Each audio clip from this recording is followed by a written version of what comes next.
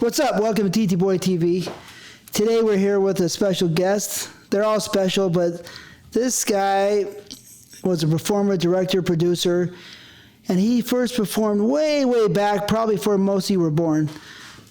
Right? And he's still here with us, and I feel privileged to be able to have him on the show. I was a fan of his. I worked for him. He's a cool guy, smooth, stylish, right? And his name is Eric Edwards. Please give your hands up for Eric Edwards. What's up? Whoa. Well, thank you for that nice introduction. My pleasure. And I never knew you were a fan of mine, but that's pretty cool. I mean, that means you were just a kid when I started. Okay. 1 year old. Actually, if you started in 69. Yeah, I did start in 69. Yeah. You started in 1969. 1969 was my first loop with Linda Lovelace, and I'll never forget it. Linda, I just want people to know, just in case you don't know. Right. Sorry to interrupt you, but Linda Lovelace was one of the most famous porn stars of all time. So I really want to hear this. Okay. Well, yeah, she was the girl in Deep Throat, the movie. But before that, she did a whole bunch of loops, and I was in probably 80% of the ones with her. Really? Well, she was the only gal around. And at that time, who would do stuff, well, that was when Deep Throat was kind of like invented, if you want to call it that. And she was like the first to actually put it on camera. But in any case, here's the deal. Back in 1969, I graduated from the American Academy of Dramatic Arts in New York in 1967. I had a scholarship, which was great, a 2-year freebie. So you were from Texas? Yeah.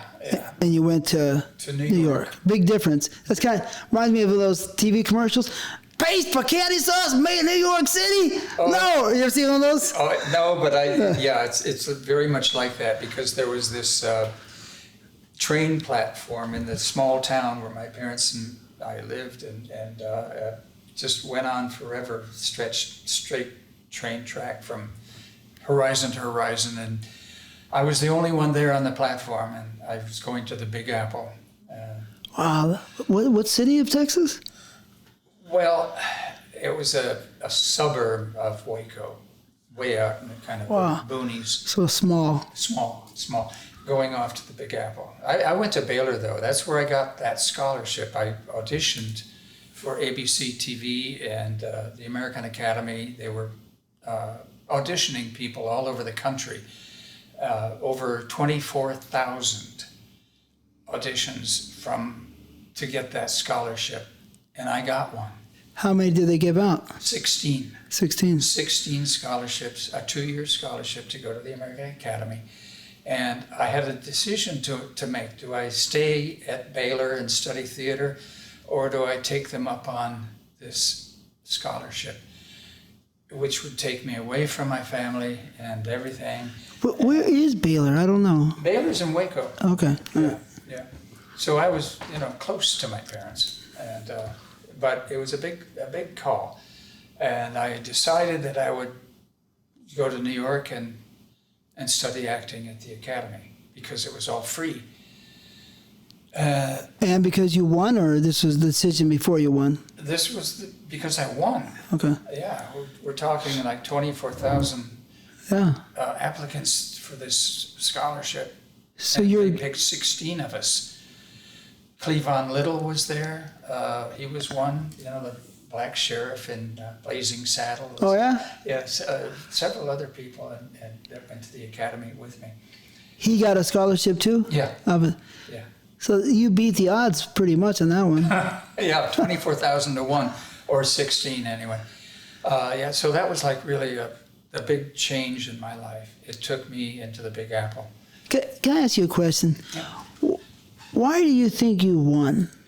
What is the reason? Is there a variable of reasons, or just one main particular reason why? Well, the audition called for 2 scenes to be done in front of them. people from ABC and also from the Academy. And I would have to travel to Dallas. They went to several just points in the U.S. Where people would congregate, I guess. And one had to be a classical scene, and one had to be a contemporary scene. And I just happened to pick, a scene from the Taming of the Shrew, Shakespeare, and also a Long Day's Journey into Night from Eugene O'Neill. One was kind of a comedy,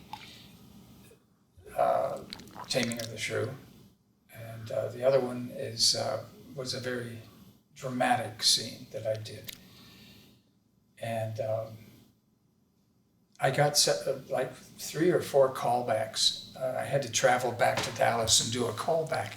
And every time I got a callback, I'd get more and more nervous, because, well, can't you just make up your mind now and I don't have to do it again or whatever, But it eventually, I got that telegram. Telegram or telephone? Telegrams. Oh, wow. The old paper things, Oh, wow. Oh, it was so great. I still have it. Oh, yeah, that's cool. Yeah. In fact, I could send it to you. I'll show you a copy of it. You have one out of 24,000. Oh, I'd like to see that, yeah. I can put it on here? Send me a copy? I'll show people or no? Yeah, sure. Okay. Yeah, it's on the Rialto report, too. Okay.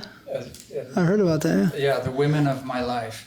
I wrote this article for the Rialto report all about my loves and stuff. Oh, yeah. Cool. So, but my question is it because you worked so hard, you were naturally talented, you had the look, and you worked hard? What do you think? Why? I think that I must have done pretty well with my audition, and that maybe I had a look they were looking for. Maybe they saw something in me. I don't know. But in any case, I took them up on their offer. Changed my life. Yeah. Totally. We'll get into the little sidetracks in a while. Yeah, let's wait for that because I want to talk. Yeah. We don't want to lose the focus of Linda Lovelace. Yep. Because that's a sidetrack. I want to know. I mean, that's a big deal. I love porno. Mm-hmm. And I can't remember if I saw Linda Lovelace. I don't even know if I've seen Deep Throat. Because I just probably saw mostly the late 70s and 80s movies, probably. Mm-hmm. But you never know. Because I was watching them at a very young age. Whatever. As soon as they got on beta, I was watching them. Right? So that's about 81, something like that, 82. But tell me about Linda Lovelace. What type of girl was she? And how was the sex? Well, first of all, she was very much into doing the loops. It was very easy for me. The first time I met Linda was like on 42nd Street in a loft or something like that. And I was all nervous and everything like that. And she just put me at ease. It was with her and a beautiful little redhead girl I'll never forget. In fact, I have that loop. Yeah? Oh, yeah. I've got several of my movies and loops and everything. People have sent me these things, and I have a collection now. It's kind of weird, but... I mean, you're one of the last guys that were in those days that's alive. Yeah, you that's true. And Linda was, let's put it this way, I'd never had anything like that before. Even though I was a swinger with my first wife, we got into parties and stuff like that, and swinging parties and Playboy Mansion stuff. Really? Yeah, back then. You went to the Playboy Mansion before you were a porno star? No, right? No, not the mansion. Right. But parties. Parties, okay. Yeah. So I was used to the idea or the fact of performing in front of a camera. And of course, a loop back in those days was just one guy and a camera. 8mm probably, or maybe it was 16. It's probably a 16. But in any case, it was very easy, very relaxed and very laid back. So I kind of like got into the industry in a relaxed state. In other words, people that come into it now, well, back in the big feature days, I don't know how it is now, but people that would go into it back in those big features, I'd be scared shitless. I kind of started in the big feature days, kind of, right? Yeah. And so it's wow, okay, look at this. But back then, it was just one man and a camera, and 45 minutes and you're out, and you get like $40. The girls made 50. So that's 1969, 40 bucks. 40 bucks. But let's put this in perspective. Yeah. The minimum wage in 1970 was $1.60. So, and per hour. Wow. So you got paid $40. Got paid for almost a week's worth of work with one quick 45-minute sex scene. Yeah. Okay. So Not bad. yeah, it's not bad. But the girl made 50. I've always wondered why she got $10 more. Yeah. Yeah. It's all right. Fine with me. I had fun. Yeah. So with Linda Lovelace, wasn't like anything you've seen before. No, I mean, really, when she swallowed me, I thought, whoa. How'd you do that? That's pretty cool. Yeah. Really? Yeah. Nobody had ever done that before. I read a little passage one time that Gerard Damiano created the terminology deep throat. I believe he did. For Deep Throat, the movie. Yeah, I worked a few times with Jerry. I worked with him too, actually, right? Really? Twice. Which one? I don't know, it was 1989. Okay. But yeah, Good guy. he was cool. He's gone, right? Oh, long gone? Long gone. Yeah, anyways. I did an interview with his son. Oh, yeah? He came up to the mountains and Oh, yeah? did an That's cool. interview with me. Yeah, it's pretty cool. So, she swallowed you up, right? All the way down her throat, yes. She did it so easy? Very. Oh, did that make him say, I need a bigger one? Or did it make you say, like, oh, shit? No, I was just enjoying the moment. Yeah? Yeah. And her husband at the time, Chuck, was there watching. This is 69, right? Mm-hmm. Wow. This is kind of, I don't know this information, so I'm interested. Cool. It's kind of exciting, really. Yeah, well, I did several loops with her and Longjean Silver, other names from the era back then. Before we leave Linda Lovelace, because she's so famous, and I like to know this stuff. Mm-hmm. I want to know a little bit about her, just for my own personal, and maybe somebody else wants to know. Mm-hmm.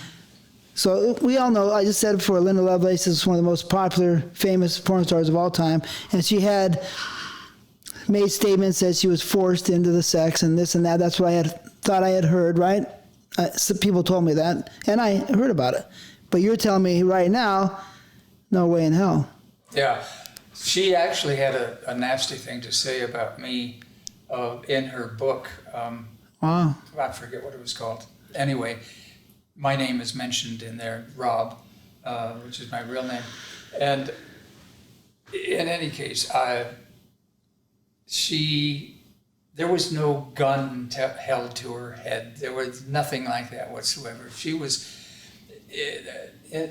totally into what she was doing, and she enjoyed it. I didn't know the actual relationship between her and Chuck before, but the vibes that I got were just always kind of like friendly. He's her agent, more or less, kind of pushing her, not pushing, but getting her work. And but she enjoyed what she was doing. I'm a person who picks up on vibes. And if I had had any kind of bad vibes coming from her, like she wasn't wanting to do this, I would have picked up on it immediately.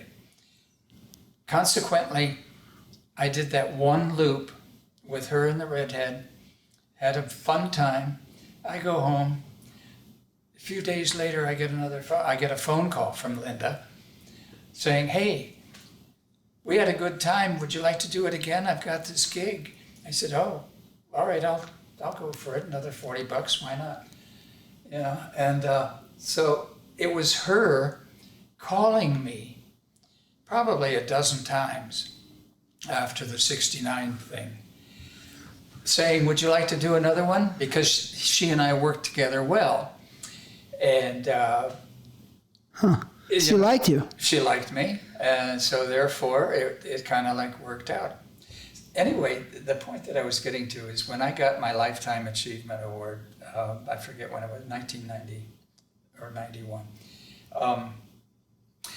I went in front of the audience and I said, I want to thank Linda Lovelace for holding a gun to my head and forcing me to have sex with her.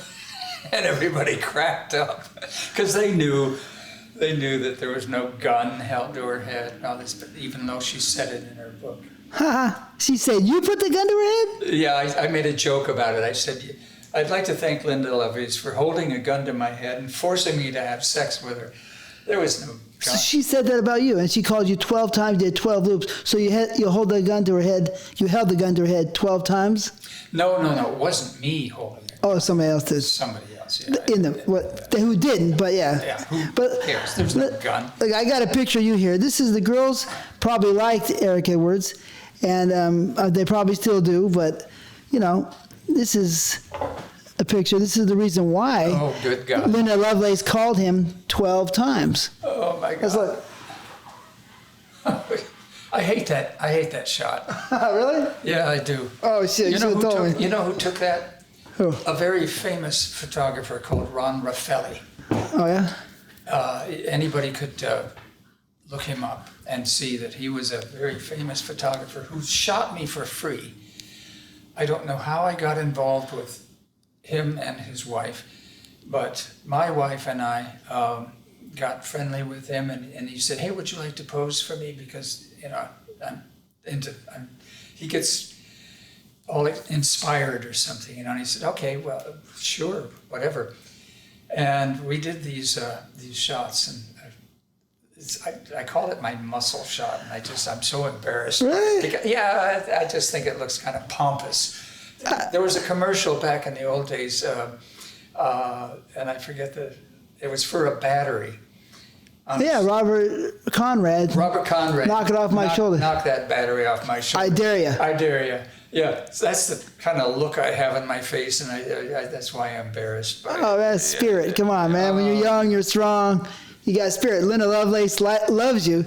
12 times she called you. Come on, man. That's great. Were you making her orgasm? I don't know. No? I was too busy concentrating on what had to be done. Oh, that's for sure. I know what you're talking about. Yeah, Yeah, but you said there wasn't much pressure, but then there was pressure? No. No?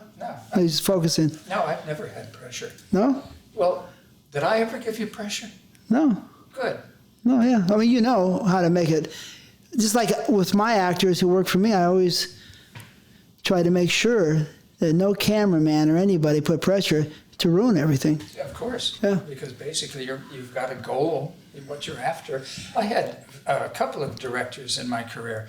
One was German, and out of a free trip to Germany, that was okay. But this guy would yell and scream at me. And I tried to say, you just don't scream at your actors if you want a hard-on. So, Linda Lovelace. So, Okay, back then. yeah, I just want to get all the information of Linda Lovelace. Right. So it's all about you, but you're letting me know through you about Linda Lovelace. So, the blowjobs were great. Mm-hmm.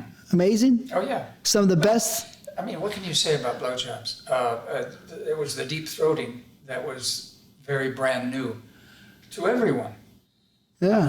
I don't think. In fact, I even, oh God, this is kind of embarrassing, but when I lived in New York in a high-rise, pretty much like this, only not quite as tall, I opened up a school of deep throating. Really? Yeah.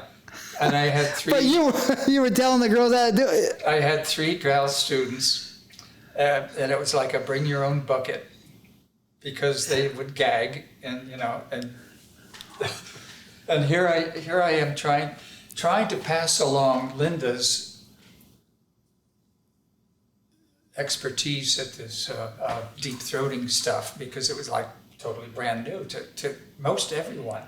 What year exactly you think that is? Well, let's see, probably 71-ish, perhaps. I'm just guessing. But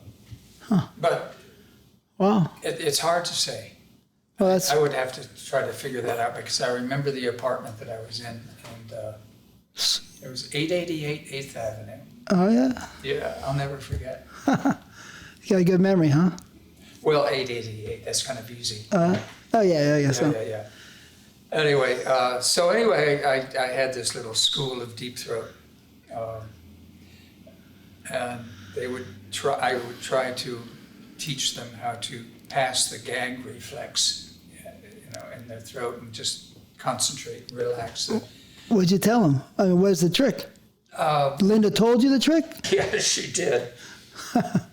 But there's no real trick. It's more of relaxation and control, and just being aware of the gag reflex and trying to avoid it and get over it. But that was a long time ago. And so, did the school work out? I mean, were you getting free blowjobs? I had 2 dropouts. 2 of them dropped out and took their buckets with them too. Oh, yeah, it didn't last long? Yeah, they didn't last long. Yeah. That's okay. I had one graduate. And I probably married her. I don't know. Really? Who knows? Did you fall in love easy? Yeah, I do. I do. Yeah. She's just like a nice boy from Texas, so anybody who's really nice, you're nice too? I fall in love easy. Yeah? Yeah. So I guess back to Linda. So Didn't love her at all. you didn't love her? She was married. And to Chuck? Chuck. What kind of guy was that guy? Kind of very professional. Cold. Cold? Yeah. Nice, but he was an agent. Yeah. So, yeah. He had other girls? No, only Linda, to my knowledge. Okay. So kind of like a suitcase pimp, kind of. Kind of. Well, yeah. Yeah. But more, yeah. Interesting expression. Yeah. Right. That's the terminology of today, right, or yesterday. Okay. Not yesterday, but yesterday. Yeah. Right. You're yesterday. Yeah. Then there's my time is yesterday, and then today. Mine is past history. I mean, we're talking 1969. It's really good to have you on my show because it lets it's good to see you anyways. It's nice seeing you again. You look the same. Yeah? Except for the beard. Yeah, well, a little gray, Yeah. But Yeah, me too. If I were to grow mine out, I'm afraid of what it would look like. yeah, I look good, probably. But Kind of like my gray now. yeah, you like? But it's good to have this information on the show because I call this show the porn puzzle. Right? I just call it it's TT Boy Television, but it's the porn puzzle. So I like to let the people understand the beauty of the porno because for me, it was beautiful. And how was it for you? It was great. I mean, I traveled the world. I had a ball and getting paid for it. So it's like there were some movies that I did that I call a paid vacation. Like one of my favorite movies of all is Doing It. Because I got to ride a motorcycle all over Northern California and stopping off at places with my actress wife character behind me on the motorcycle. And we would just stop off at wineries and beaches and stuff like that and find people and have sex with them and everything. So it was like a paid vacation. This whole career of mine has been a paid vacation. When I look at those movies, because for some reason I just had a flashback. Maybe I saw that movie, right? Yeah. Right? I saw you in movies. There's a few people stood out, Yeah. and I liked them. A lot of people I didn't like or didn't think much of. Not didn't like, I just didn't think, whatever. I remember you, of course, and John, Leslie, and Jamie, and Pt. I remember in those guys, those days, and Joey and Jerry Butler. But you four stood out because I know you got the bigger roles, I think. Anyways, that's a long time ago. We were all groundbreakers.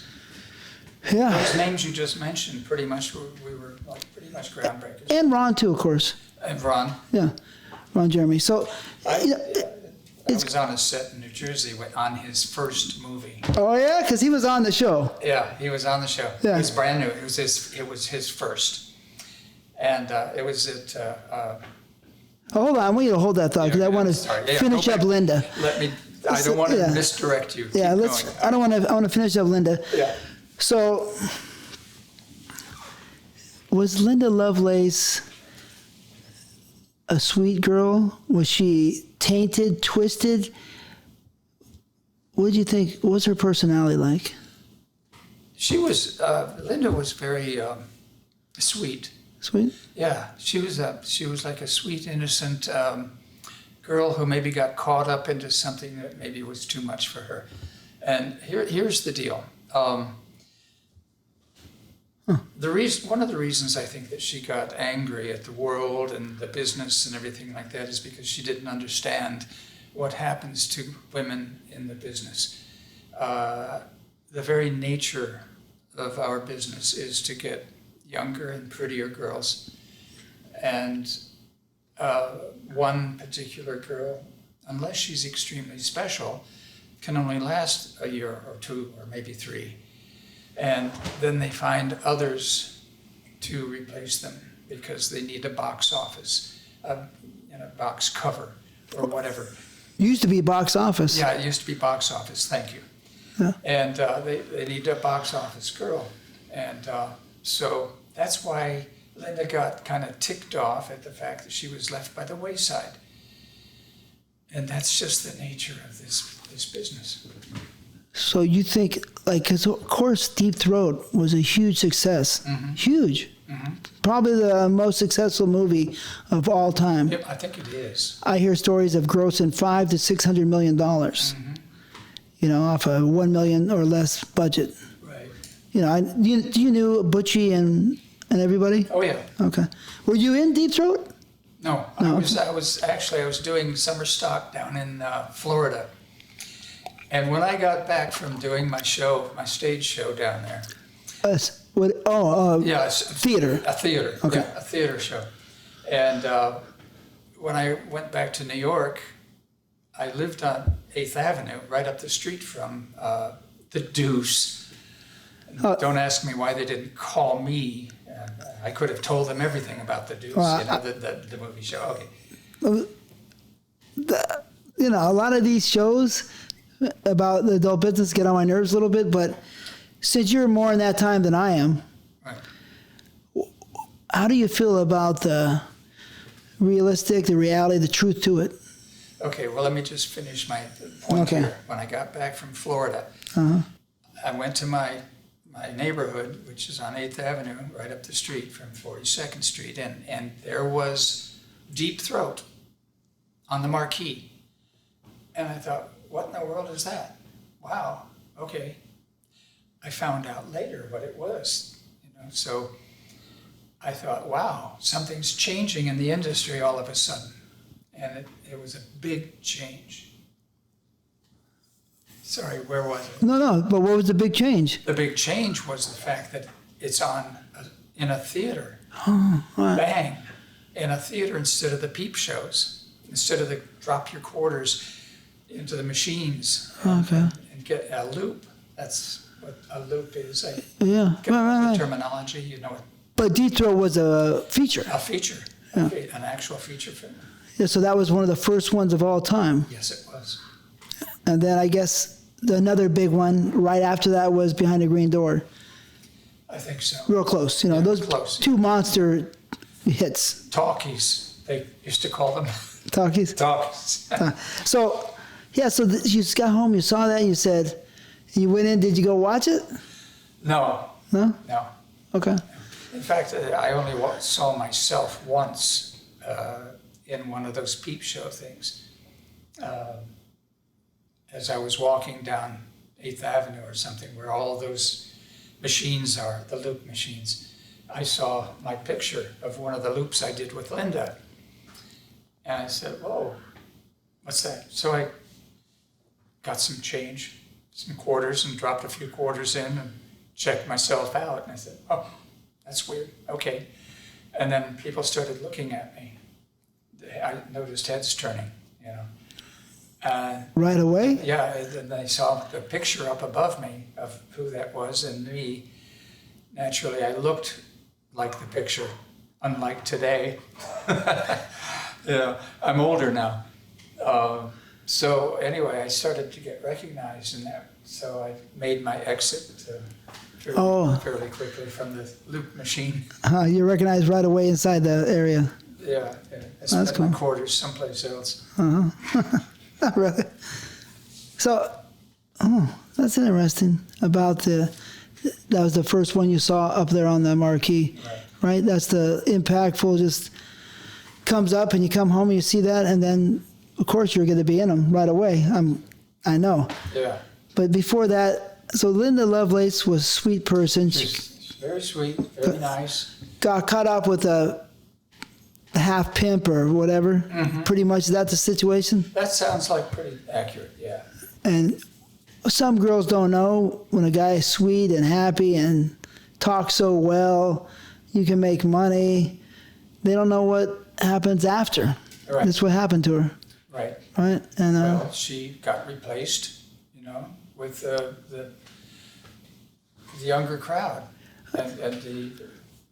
I hate to say prettier, but basically, they're, like I said, they're looking for box office, and girls would get replaced with somebody new, because that's what people were looking for, somebody new.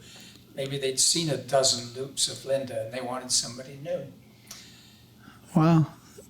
It's still the same. They don't want it. Still fast. But I didn't think it was that fast back then, but I guess just in New York, pretty much, because the loops weren't everywhere yet, were they?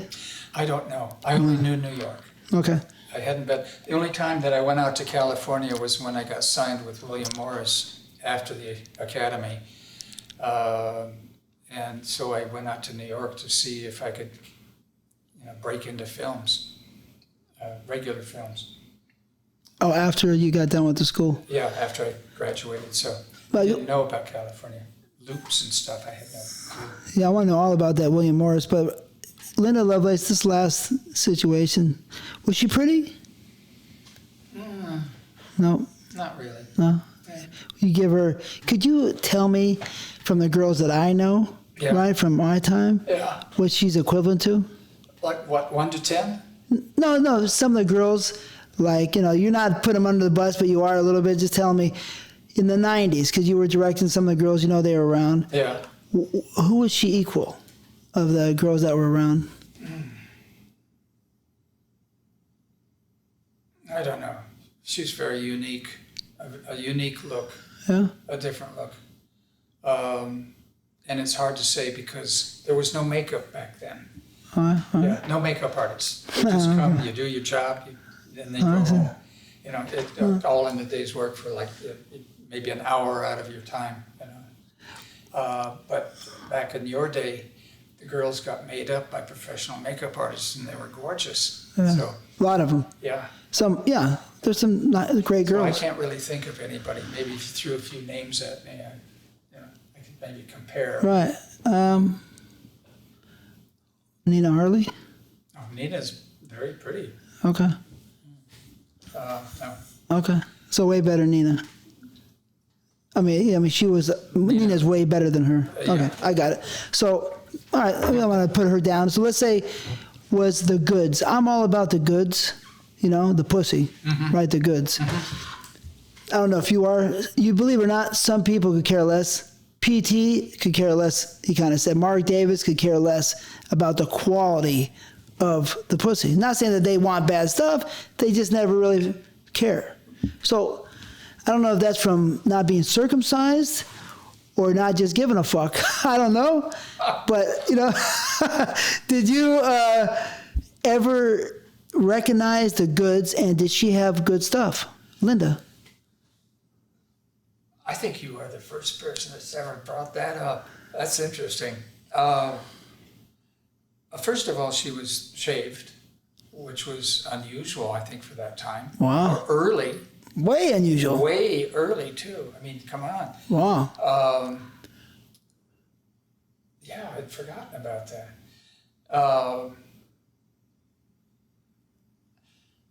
I don't look at it in that way. You know, I'm kind of different from a lot of guys. I don't think of the pussy, I think of the person. For me, as an actor, I focused in on certain things that would turn me on about a person. There's very few ladies that would totally turn me off, and I've really had to figure something out. You know where I'm coming from, don't you? Oh, yeah. Oh, yeah. Okay, so, but as far as focusing in on the pussy and who's got a better pussy or whatever it feels like and stuff like that, I'm not that big, so average size, slightly larger than average. Talking about someone's privates and everything like that is kind of strange, because I don't think of it in that way. I think of it in more of the whole package. And if the whole package is kind of a turnoff to me, then I try to focus in on one particular part of that package. Very rarely would it be the pussy. Sometimes it is, but that's not really my main focus. But did you ever just, because, you know, I talked about this on a show numerous times. No. I mean, it's a fact. You know, the way the anatomy are on the women, Right. they're different just like on a man. Exactly. Right? So you stick your penis into a woman's vagina, Right. and sometimes you go, wow, right? Where have I landed? Yeah. Right? I'm in heaven, right? Okay. And sometimes you penetrate a girl and you're like, why did you give it back to me soft? Oh, yeah. You know, I mean, is that, and I've seen, hello, right? Echo, Caverns. echo. So it's just the way it is. Oh gosh, that's really funny. I can kind kind of relate to that now. Right? It's been a while. Remember putting in a girl and just going, oh, that's good. Yeah. I have to, right? I mean, Sure. yeah. In fact, I think back then there was even something where some of the girls would even get tightened up surgically. Oh, after babies or something? Yeah. Mm-hmm. I've heard of that, but I know what you're coming from. I know. I recognize. Okay. So you're just not that thing, but you can remember some girls maybe having better stuff. Mm-hmm. Maybe. And I believe what you're saying too. Let it be known that the chemistry, not everybody knows what's going on out there in the world. Mm-hmm. They might think they do, but there's no way in hell you could really know unless you have our experience with sex. It's just, there's too many variables, too many different types of women, situations, and everything. So let it be known that the chemistry between two people can make a volcano and make everything better, feel better. And it can also destroy the scene if that chemistry is like bad chemistry. Oh, yeah. I don't know if you've had to resort to whatever you need to in order to perform, but if there is some kind of chemistry going on that is destroying the scene, and your your schwanz also, you've got to like figure something out, because everybody's counting on you. Oh yeah, no, but well, totally. And I've been there, but I've never went really down. I was pretty strong, but it's a lot of different pussies, you know. There's a lot of they look, you know, each one is. I love most 99% of them. But you know, 99%. Yeah. Well, let's say 97. All right. Okay. So, but my point is sometimes you could be so attracted to the female, to the girl, that even if her stuff is average, something about the chemistry, right? And you like her, she likes you, the heat, the passion, the kissing, the touching, and all that together, the wanting, right? Yeah. The puzzle of wanting, and finally getting the puzzle completed. Yeah. Right? Can make this stuff better than it really is. Then you find out 3 or 4 months that, you know, it's not as good as you thought it was. You ever have that happen? I usually married them. Too late then? If they're that good, I tend to marry them. Oh, well. All right. Story of my life. Yeah. How many marriages? Well, some people say 3. Oh, okay. But I was never legally married to Arcadia Lake. But she was a long-term relationship. Okay. So same thing. How long? 10 years. Okay. That's like a marriage. Mm-hmm. Right.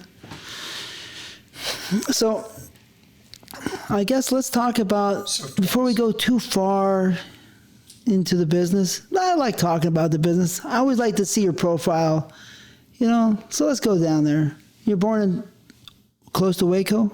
No, I was born in Grand Rapids, Michigan. Oh, Yeah. okay. Yeah. My parents moved around a lot. My father was transferred from place to place. I lived in Indiana for a bit after Michigan. I lived in Alabama, in Tuscaloosa, Demopolis. Then moved to Waco. And then I went to New York. So 13 different schools before I hit college. Did you ever stay a long time at one of those schools? No. Wow. 13. So you have a lot of culture from different schools. If you want to call it culture. Oh, I call it loneliness, I don't know. I never had too many friends that wouldn't stay long enough to Really? get friends. Yeah, I went to a lot of schools. Yeah, I can relate a little bit. Yes. And I always had a bad attitude, so when I get to school, I'm going to have to fight somebody, and I'm so small, it's like a joke. you seem like a fighter. I can imagine you with a pair of gloves on, Well, I have a big punch, they say, in the boxing gyms. But, Yeah. I've knocked out a lot of people, but, I had a boxer's fracture on my hand. Oh, yeah? You hit somebody? Yeah. All right. In an elevator in New York. Yeah? Yeah. Good. This was after the smoking law. No smoking, in New York. Really? Yeah, and he got in the elevator with me. What year was that? Gosh, I don't know. Was it mid 74-ish, somewhere in there. So you're young and strong. I was with Arcadia in the elevator, and I was good and strong and everything like that, and feeling buff. And I had my lady with me, and this guy got in the elevator after we had an argument outside the elevator, and he got in the elevator. And You had an argument with him or with your girl? with him. Oh. And about the getting into the elevator with a cigarette, a lit cigarette. And he said, "No, I'm just going to smoke. I'm going to smoke." And I said, "No, you're not. No, you're not." And so the elevator door opened up. He walked in, Michelle and I, that's her real name. And as soon as the door closed, he goes right in my face. So I started wrestling with him in the elevator. And as soon as the door opened on his floor, which I think the 5th floor or something like that, I pushed him back with my hand to get enough swing in my fist and just decked him out onto the floor of his hallway. You dropped him? Dropped him with one punch. I broke my hand in the process. Where'd you break it at? Let me see. Boxer's fracture right there. Oh, all right. You're supposed to punch with these 2 knuckles. You got the most strength. I'll remember that next time. Anyway, the guy, I had a cast put on my hand. You can see it in many of my movies. You can tell. Oh, yeah? Yeah. And also he had a neck brace from whiplash. And so we're getting all that after that time. We'd get in the elevator together. He'd get on. I'd come down from my top floor, and he'd be in a neck brace, and I'd be in my cast, and we just wouldn't say a damn word to each other. It all just looked straight forward. So you won, and you put him in his place. I put him in his place. But it broke my hand. You felt good? I felt good about it. Spiritually? Spiritually, yeah. It's an uplift. I haven't hit anybody before, Really? I don't think so. I mean, maybe as a kid, I don't know, but... You're a very peaceful, mellow kid? Shy. Shy? Very shy. Is that because you didn't have the security of friends, or what would you attribute that to? Probably. Moving around a lot. Didn't have the security of friends. didn't have time to make a friend. I would usually have maybe one friend in each place where I lived with my parents. 13 times, that's a lot. So it's like a year to a year and a half in each spot? I guess. Something like that, huh? Yeah. Why did your father move? What was he doing? Transferred. He would start up a new plant, box industry, paper box. And once it's up and running, then they transfer him to another city to start up another plant. Oh, yeah. Huh. So he was a highly intelligent guy, or what kind of guy was he? Yeah. President of the companies. Yeah. So he's not the owner, just the president? Or? Right. Yeah. Oh, it's a top guy. Yeah. He started up his own paper box company, and naturally he was president of that one too. Hired me as his designer. That was pretty cool. Had my own office and a secretary. Whoa, I felt that's so cool. important. Did you fuck her? Oh, I wish. Eunice was her name. I remember what she looks like, and I wish I had the balls and the guts to have, asked her out. Or did you put the moves on her? Put the moves on her. She probably, did a lot of girls like you? Yeah. In school? I think so, yeah. I think the girls related to me more than their boyfriends. In fact, that went on into my career in the adult film industry, because girls would confide in me, like in the green rooms and stuff like that. They felt comfortable with me. They felt comfortable. Let's tell them what the green room is. The green room it's like where you eat lunch, hang out, chill out. Yeah, not necessarily green, but it's where you hang out before you're called on set. Okay? Yeah, basically. So they would confide in you? Yeah, they would confide in me. They'd talk about their problems or their family life or their boyfriends and stuff. And I found out through these conversations that a lot of the girls were Catholic or a strict upbringing, strict religious upbringings. These are the porn girls? Mm-hmm. Okay. Yeah. So I didn't know that before. It was rather interesting. So when you were in high school, did you have a lot of girlfriends?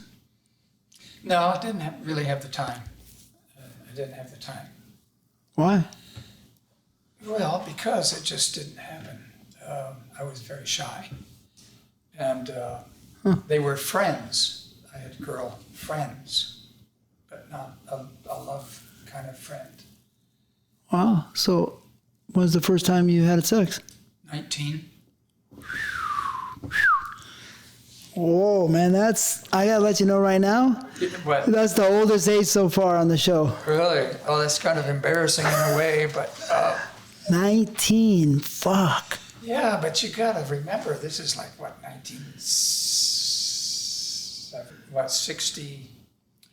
Let's see, 1960. 50. 19, you're 46? Yeah, 1960... Yeah. Oh, I can figure it out. 1965. 55, yeah. 1965. Whatever. Yeah. I had Jim South on here. He's beat you by 6 years. He's 80. Yeah. Right. Yeah. And he was getting down. He had girlfriends.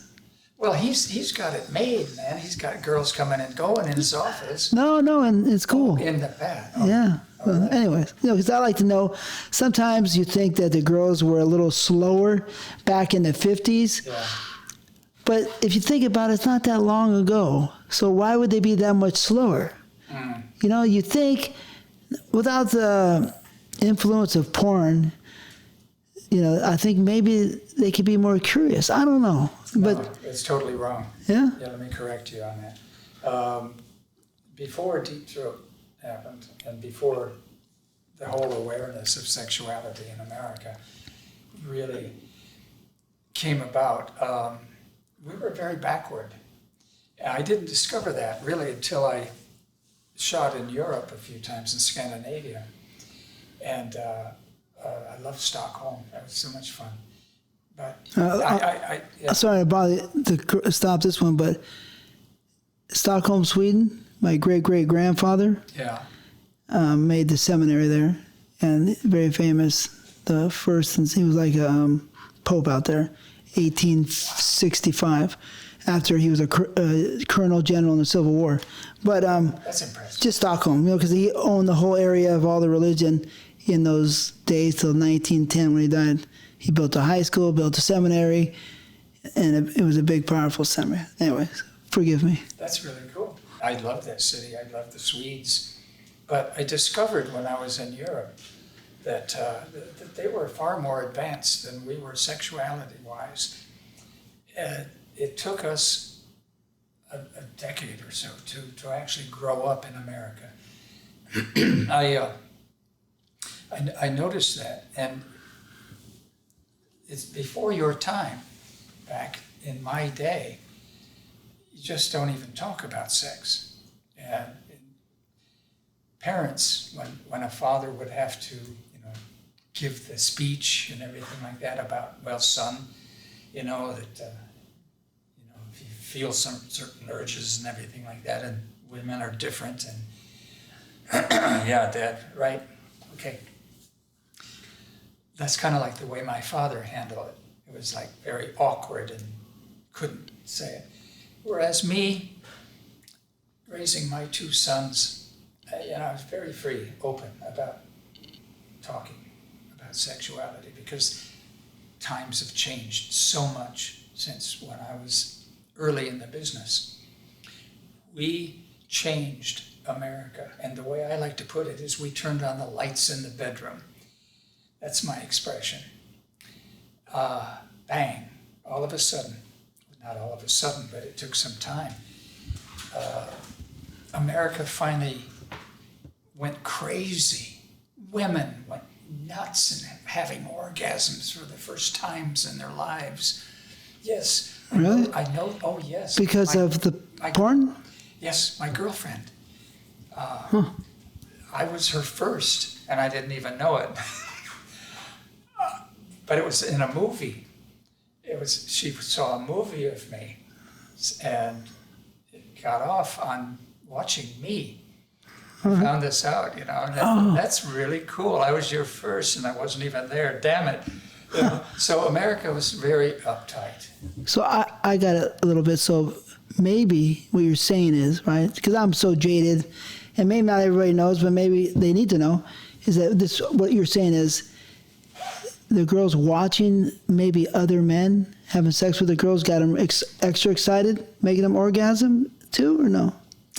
Well, from the way I understand it, they would watch a film and fantasize that the guy was their boyfriend or something. That's what I mean, yeah. Yeah, there you go. Okay. So they got excited, extra excited. Right. It came. Yeah, exactly. Yeah. They got loose enough to be able to orgasm. Having a woman having an orgasm was a very new thing back then. Really? Yeah. Come on. I mean, No, I'm on average, you mean? On average. On average. On average, yeah.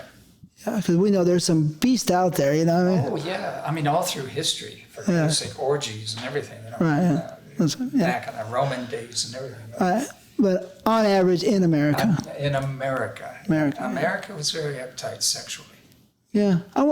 Sometimes I wonder, does that help society move forward with a strong family life and get business done? You become a good slave. Does sex get in the way and make you more free and not want to listen and not abide by the Christian or any type of values that they put in place? What's your take on that little idea? And I'm just asking you, do you believe that makes sense? It does make sense. And that's just the way it was back then. You didn't talk about sex. You didn't show sex. You couldn't. It was against the law. You couldn't use certain dirty words. Which reminds me. You couldn't say dirty words? Let me tell you a little story. When I was at Baylor, let me just go way back, because this is part of the sexuality that I'm talking about. Baylor University was a Baptist university. What? I'm a little stupid on the Baptist and the Christian. Could you, real quick, what's the difference? I don't know. Huh? Okay. I never did know. Okay. A Methodist, Baptist, whatever. Three of them, right? Yeah. I'm not very religious, Okay. so whatever. Anyway, when I was at in the theater department, I was majoring in theater. before I got the scholarship to go to New York, we were doing a show called Eugene O'Neill's Long Day's Journey into Night on stage. And the theater department was informed that the show was being closed because a minister with his family was in the audience, and they complained about the dirty language in Eugene O'Neill's most famous play, or one of his most famous plays. And we were in an uproar. They closed us down because of the foul language. And that's when I decided that I don't want to have anything to do with this. How old were you? I was 19. Okay. I think, yeah. Well, actually, no. Yeah, I must have been 19. Because I think that's when I went to New York. 1967. I'd have to do the math. But you're in Texas, right? The Baylor's in Texas, Yeah. right? So Texas is really strict, Yeah. right? So the free speech is not in Texas. Well, not back then. I mean, that was, what was it? 65, 60? Yeah, 65, 66. But it had to be, no, it actually, well, I left there in 67, I believe. Yeah, 67. That's when I left for New York, I do believe. I haven't thought about this in a long time, so you gotta, Yeah, it's getting dates. But what were the words, for example? oh gosh, I don't know. It could have been a goddamn, or it could have been Fuck could you? have been a fuck. Okay. Eugene O'Neill was very loose with his lingo, and but that's just the way it is. In fact, I still have that speech that I did for my audition. I still have it up here, which is very strange. I'll run it by every once in a while, just kind of say it. Well, you had a really good memory, let you know that. Well, I had to learn lines, Yeah, but you're talking 50 years ago, right? Yeah, exactly. Well, it meant a lot to me because I won that scholarship by doing the scene. See, so that's what the point was, the question I asked before. What was the reason? And the reason is because you cared so much, you wanted to win, so you must put a lot of effort into it, to winning. Yeah, I guess. So- I actually have a photo of my actual audition for ABC on my Facebook page. Oh, yeah. And it's of me in a chair because we couldn't have any props or anything. It had to be the raw scene just by itself. So I'm sitting in this chair, and then I've got my hands like this, and I know what's going on. I know the line that I was saying at that particular moment. And that's what they were watching. And they took a photo of me, black and white. And I have that. I don't know how I obtained it, but I have it in my collection. The weird moments of film, right? Or theater or acting. Yeah. Because sometimes they take pictures. They got a picture of me taking a shit on a toilet reading Shakespeare that they always try to make a joke out of or show it off or whatever. Yeah, on a set, right? Yeah. Well, plus ABC and the Academy probably had to have some kind of visual Yeah.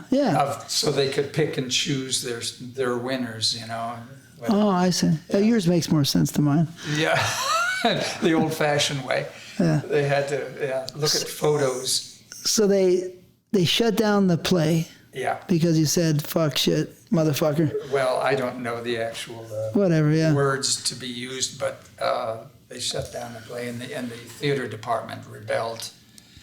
We were all really ticked off at that.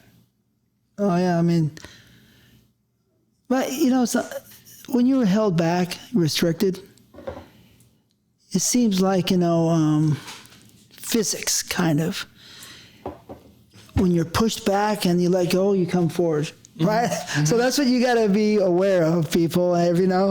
When you push somebody, they usually pop forward. So when they restrict you, then you probably pass that original line and go farther because you've been pushed so far, now you're bouncing forward. I like that. Can I use that? Yeah.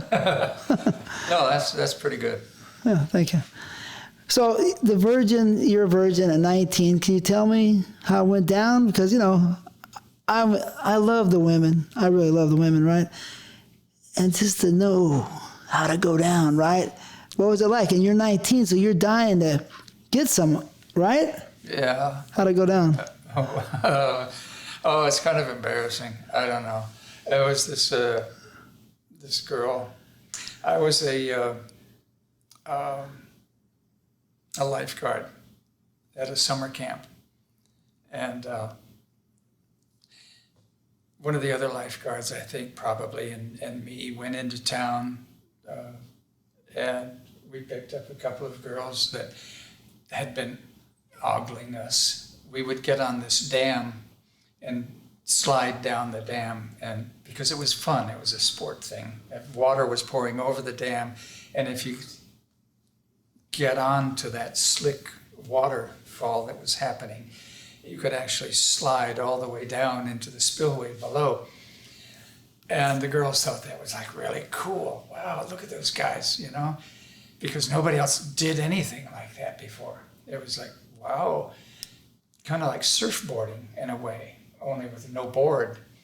And so we noticed that they were kind of like looking at us and flirting and stuff. So we all got together. Probably got drunk, I don't know. And got a motel room, of all things. How crude. Wow, that's great. What do you mean? Come on, man. There's no shame in the game. I know, but she was. She was. It was her first time too. Really? Yeah. Yeah, but where else are you supposed to do it? In your mom's bedroom? I've heard tell that some do. Yeah, come on, man. I don't know. It's kind of, am I getting red? Yeah, you still seem like a shy guy. You're really in your spirit. Yeah, I am. I still am shy. That's wild. Yeah, you forced me into it. So were you with both parents growing up? Yeah. Mother and father? Mm-hmm. A strong household? Stable? Yeah, just a single child. That's the only problem. Well, you got all the love? Is that what happens? Yeah, if you want to call it that, I guess. Oh, yeah. Well, my father was a Texan, so his expression of love is a little different from what I would do when I love my sons. A little rougher, old school. Yeah, old school. Old school is old school. Yeah. You can't really blame them too much unless they're crazy. I didn't blame him at all. He made me. Yeah. And I'm proud of me. Yeah. He was all right then. Yeah, he's all right. Right. Made money too because he had his company, right, and all that. Right. So was the socioeconomic status middle class? No, or? actually, upper middle class, I guess. That's what I was thinking. Huh? Yeah. You almost seem a little privileged. You have a little air, right? We had a little nice houses. Yeah? Nice houses. No pools, but nice houses. Nice houses? Yeah. Well, that's cool. Hey, he worked hard, right? They worked hard. Your father worked hard, right? So did I. Yeah? And I worked for him. Yeah. Oh, how long did you do that for? A couple of years during my school years and stuff. I'd get up on top of the printing presses and stuff and whip those big sheets of board down into the printing press, and it was fun. It was fun. And plus, I also designed boxes for him. Like those takeout chicken things. Like Kentucky Fried Chicken. I would design that box. Did you design one of Kentucky Fried Chicken boxes? No, but there actually was a chicken place in Waco where I did design their box. Oh, and yeah? what you do when you design it, of course, is it's flat. It's a flat thing, and you have to make these like about 20 on a sheet. 20, and then it gets printed, then it gets cut by the cutting press, and then it gets glued. Everything comes flapping over in this racing machine, like a blur of boxes getting glued, stacking up at the end of this long thing. And it was fun. It was an experience working for my dad. It's a culture. That's a little bit of culture because it's a little bit of industry culture, right? And I had a lot of culture in different places. different, mediums or whatever you want to call it, right? How old are you, can I ask? 51, almost 52. Oh, okay. So So 20 years. I was in different industries, so I had that culture of industry. The thing is that today nobody will understand, but there's no computers back then, right? So when you're making these boxes, it's a little harder, I would expect, to make your own design, and so it works perfect, right? Well, it was all done on paper. You have to draw it out, and I would have this big board, this table with a big T-square and triangles and all that kind of stuff. So it was typical drafting stuff. No, that's right. Nowadays it's all computerized. Yeah. Amazing. Yeah, you don't have to work so hard. Now, in those days, you probably took time. Oh yeah. Well, everything was like precisely measured with a pencil, probably. Yeah. Pointed pencil. Yeah. Pencil sharpeners and the whole 9 yards, just like it used to be. You gotta know what the hell you're doing. Yeah. Yeah. Well, it's gonna be hard. What kind of grades did you get in school?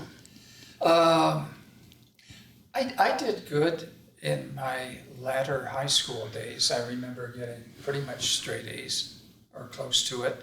I remember getting a perfect 100 in geometry, passed 100 on every single test I did. For some odd reason, geometry came very easy for me. Maybe that's why the designing boxes worked out. Huh? Maybe it taught me something. Yeah, maybe it's in your blood too. Could be in my blood. Yeah. Right. Making stuff. Yeah. Doing something with other boxes. Yeah. Yeah. That's what I like the other boxes better. I like the other boxes better too. Yeah. So I don't want to lose sight of that first time. Was it unbelievable, or was it just a 5-minute quickie and you busted too quick because you hadn't had sex for 19 years? Yeah. I'm pretty sure it was overly fast. Probably. I do remember it being not me. I'm a very tender person. I'm very caring. And I was probably kind of cold, and I regret that. I think I was like, do it and did it, and okay, that was it, Probably never saw her again. In fact, I'm not sure if I did or not, because it was a summer camp and she was in town and stuff. Oh, I do remember going back to the dam and having one of her girlfriends coming over to me and saying, I heard what you did to so-and-so. And I said, oh, really? What you did, it was good or was bad? Well, I didn't know. Looking back on it now, I wish I had said, oh, well, would you like me to do that to you too? Oh, so was she saying it in that fashion? Yeah, she was saying, no, I don't know. Maybe she was. Maybe she was. You never know. You never know. I missed out, Man. Hey, I'm right there with you. There's a lot of times girls came up and said things to me from their girlfriends, or a girl's eye was banging, and then their girlfriends would come sideways. Hey, and so many of them, I was like, oh, and they wanted to fuck, and they were pretty, and even though I fucked, probably 12,000 girls. I still wanted those too. I still wanted those. I still remember them. For some reason, they get to me. You know what I mean? Probably about 20 of that. Yeah. Back in my head, like, oh man, I want to fuck them. Fuck. Yep. Anyway, so you got that same feeling? Oh yeah. How many did you think you missed out on that you could have got?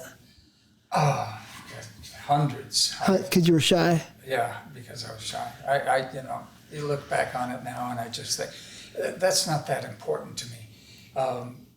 It's not a matter of like fucking somebody, because I got that on film. When you get your rocks off on film and stuff, it's like a totally different from a private life thing.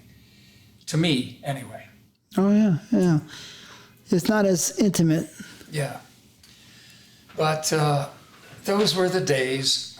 I mean, you are so much younger than me, and I lived that transformation of America growing up sexually.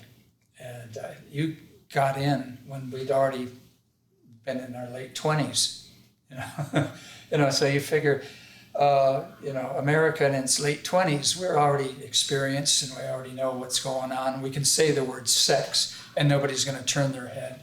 Or we can say the word pussy, cunt, and cock. It's okay. But back then, no, you cannot say those words. Those are dirty. And that's just the way it was. Well, right, in some places, but in some places those words were prevalent, like the big cities. But maybe you can't say them up on stage in Texas, Yeah. but in New York City, Los Angeles, or probably even Miami, because all the cocaine's out there, right? People are saying fuck, shit, motherfucker everywhere, right? Yeah, but that's kind of like modern times that you're talking about. I'm talking about back in the Loop days with Linda Lovelace, when this country had not grown up yet. Deep Throat was a major step. Yeah. Yeah, it really was. Right. To actually put it out there in the theater on 8th Avenue. So was it ballsy of them to do that? Yeah. Yeah. Yeah. Because they got fucked later. Yeah. Yeah, people don't know that Deep Throat, a lot of people don't know, some people do. All of the cast was indicted for obscenity, right? Everybody connected to that film was indicted. I think even some of the crew. I think that's what I heard. I think, right? Am I right? Yeah, I believe so. Yeah. So imagine being on a porn film, people out there.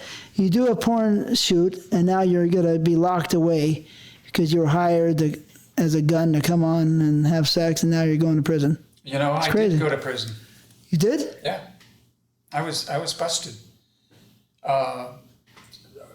We were shooting in New Jersey, and at night, it was a night shoot in a beauty parlor.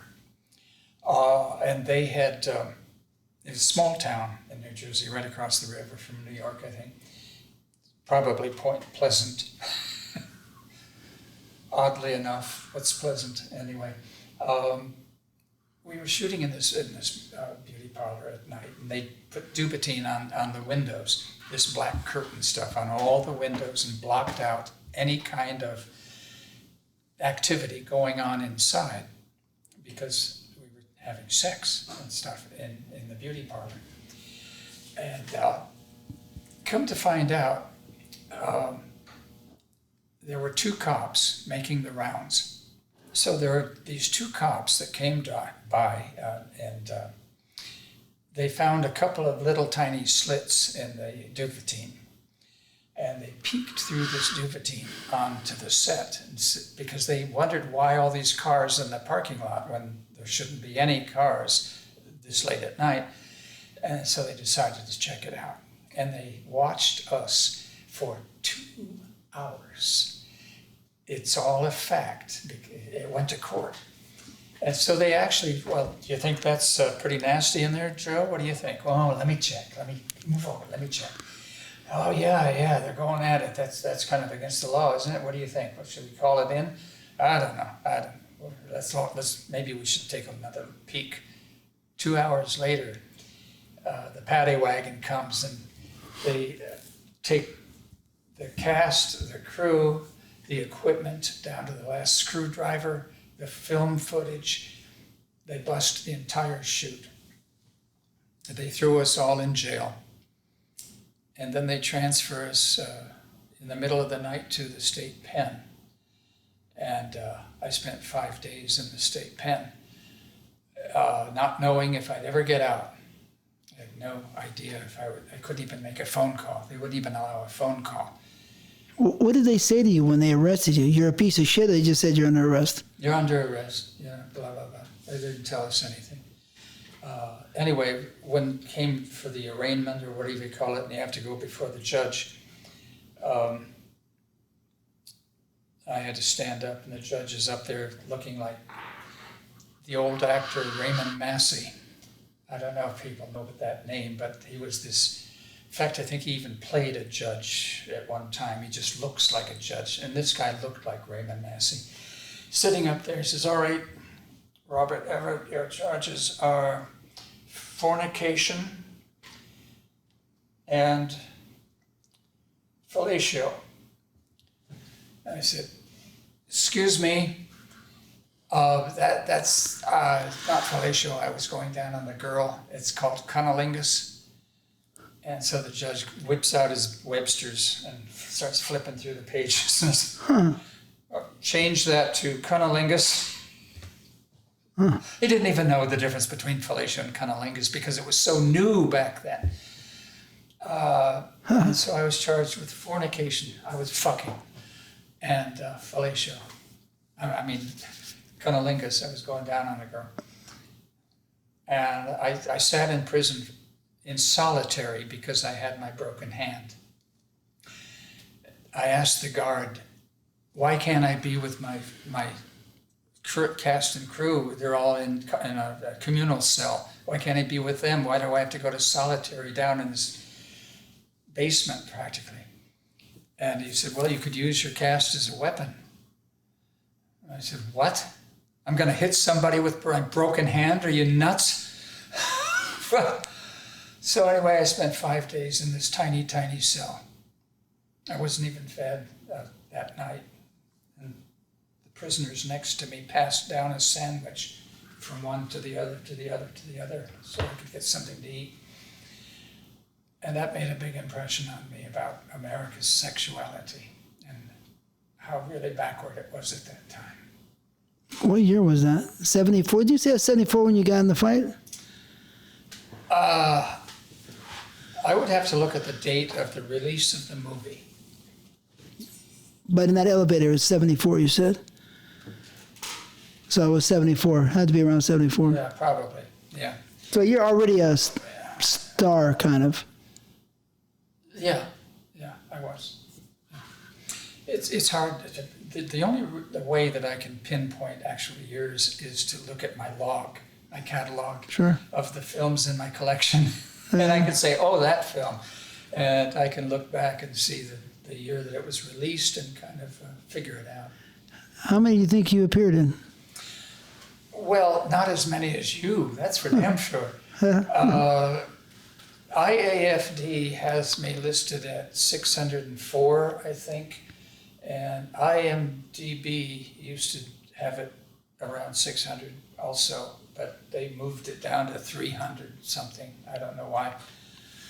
But the loops count too. They don't know about the loops, do they? no, that's true. So you probably did a couple hundred loops? Yeah, and One Day Wonders. One day. So you could be at 1,000 movies maybe. No, I don't think so. Huh? I figure like 604 is enough for me to Okay. even keep track of. I've got about 400 or 500 in my collection. So, Oh, yeah? So, yeah. Uh, I didn't even do that. People send them to me. I think that's great. Oh, that's nice. That's real nice of the people. They must like you.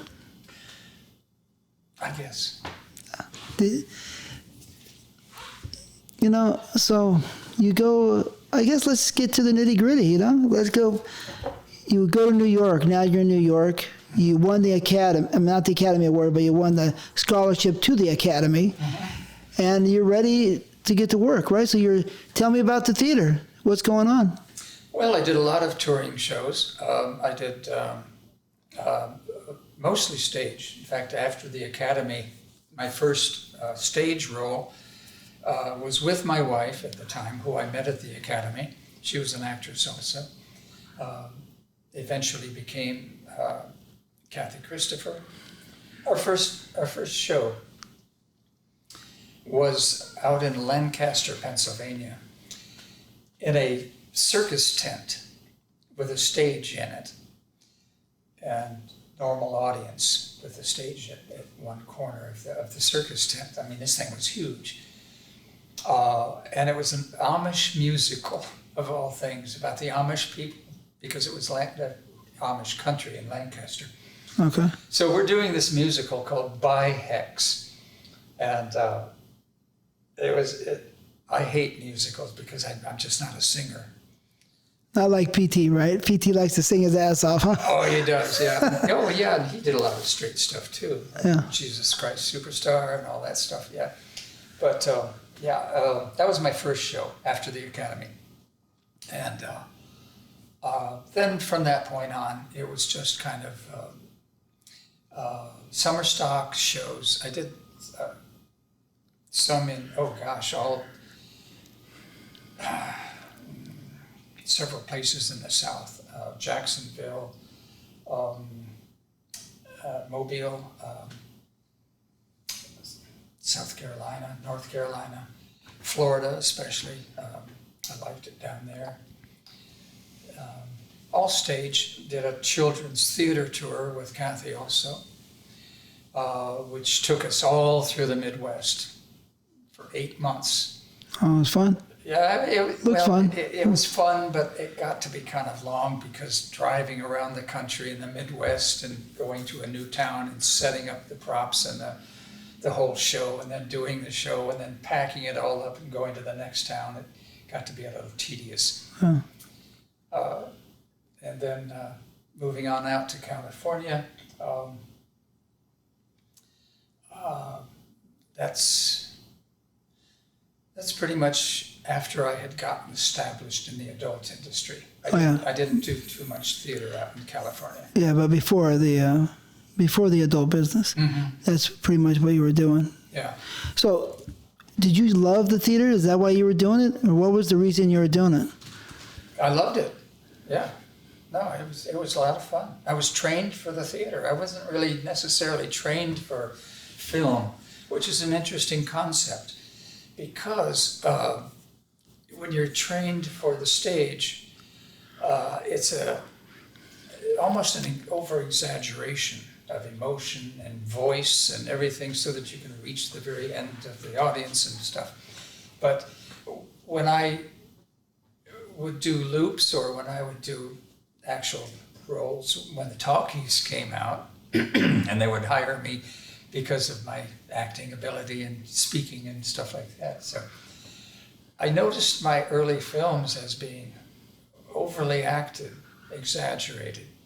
And it was actually these films that taught me how to subdue myself and make something, even just a look or a smirk or anything. What you do with your face is magnified. Whereas on the stage, it had to be exaggerated some. So I learned a lot from the industry, the film industry. Yeah. Did you get paid for that? Stage? Yeah. Oh, of course. I wouldn't do it for free. No way. Yeah, it's a lot of time, right? Well, yeah, I didn't pay much. But I had fun. I liked the stage. Were you getting a lot of action? Was there fringe benefits? Yeah. I had a very special, some experiences. Yeah. Yeah. Anything you can tell me about? Not really. No. No. They're just too special. In the back room. Well, yeah. Actually, all right. Kathy was my first wife. I met a girl down at a theater in South Carolina, I think, some city, Roanoke, that's what it was, Roanoke. And I met an actress down there because all the actors actually lived on the stage. We all had our own bedrooms behind the stage and everything. So. With walls or just sleeping bags? Oh, walls, yeah, of course. Okay. There's individual bedrooms and a kitchen and the whole thing. It was like an apartment up, for 5 actors. Okay. That we would bring in other actors for the show, but those 5 were the resident actors. And one of the actresses, because I was a swinger at the time, it was okay for us to fool around when we were separated. Kathy being, off on another show or up in New York, we were free to have sex with others. So I met this other Kathy. So confusing. And we started having sex just as sex sake, but we fell in love over the months of the show that was running. So she lived in New York also. So when we all gathered back in New York, after her show ended, my show ended, and Kathy's show ended and everything like that, I talked with my wife about it.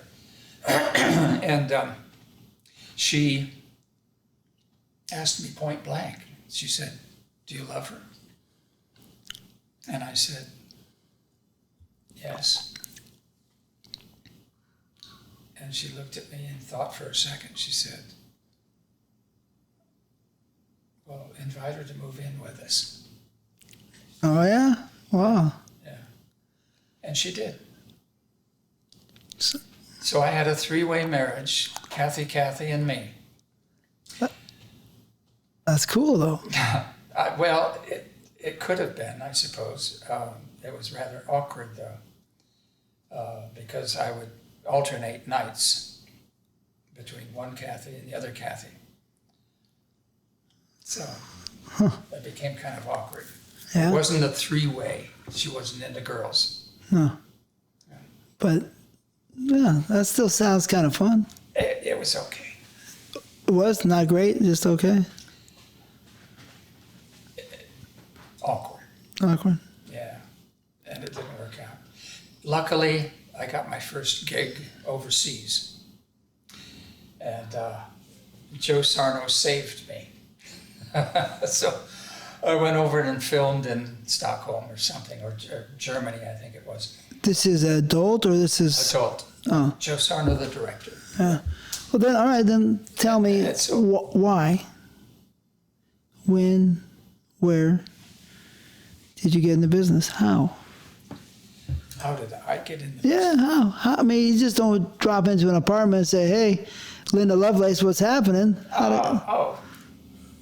I sent my photo off to an ad for nude modeling. But why? Why? Well, because while I was at the academy, I had done some nude modeling for an art class, and I was, free to get naked. It was okay with me. You're a swinger. Yeah, I was a swinger. Yeah, so I sent my photo off just for the possible job of getting some nude modeling, and that's what it basically is. I think it was Shrew magazine or something that I sent it off to. Anyway, it was like 6 months later, I get a phone call from Ted Snyder, and I didn't know that at the time, but he was a cameraman, producer of loops back then. And he said, "Do you think you could get it up?" And I said, "Well, sure, why not? I'm pretty sure I could, because I was used to parties, Swinger parties. Swinger parties, right? So I figured, I could do that in front of a camera. Why not? I can do it in front of others. And so I got the address. It was on 42nd Street in a loft, and I went down there. I think on the way I stopped off at a bar and got a couple of quick drinks and to try and relax, because I was a little nervous about it. I didn't really know what it was going to be like. And I show up in the loft, and I was introduced to Linda and Chuck and this cute little redhead. And So the first scene was a three-way? yeah, Oh, that's cool. that was my first scene. Yeah, my very first scene with Linda and the redhead. Well, Chuck sat off in the thing because he was having trouble performing. That's why I was called. Chuck was performing too. He tried, but he couldn't. Okay. So they called me. So this is cool. See, Chuck Vincent tried to perform. He could not. Uh-huh. So he was out. Yeah, Chuck Trainer. Yeah, Chuck Trainer, right. not Chuck Vincent. No, Chuck Trainer, the husband of. Chuck Trainer, okay, excuse me, yeah. Yeah, that's Chuck right. Vincent's a director, right? Yeah. Yeah, okay. Yeah, PA director. He's a cool guy. Was. Anyway, so I performed just fine. Wonderful. It was fun, easy $40. And so, but as I said before, they kept calling me, Linda did, to work again. not Chuck, Linda called. Said that I've got a new gig, and she liked working with me. We did well together. And I said, well, if I wasn't doing anything, if I was home, not going off into a stage show or Europe or something like that, I'd go for it. Probably did like maybe close to a dozen loops with Linda, I'd say. So it was a piece of cake, really, you're saying? Piece of cake. Piece of cake. Don't you think about it technically, thinking you did the theater, you were a swinger, so you were already kind of trained for this job on a certain platform, a certain way. You know, because you already had the people watching you.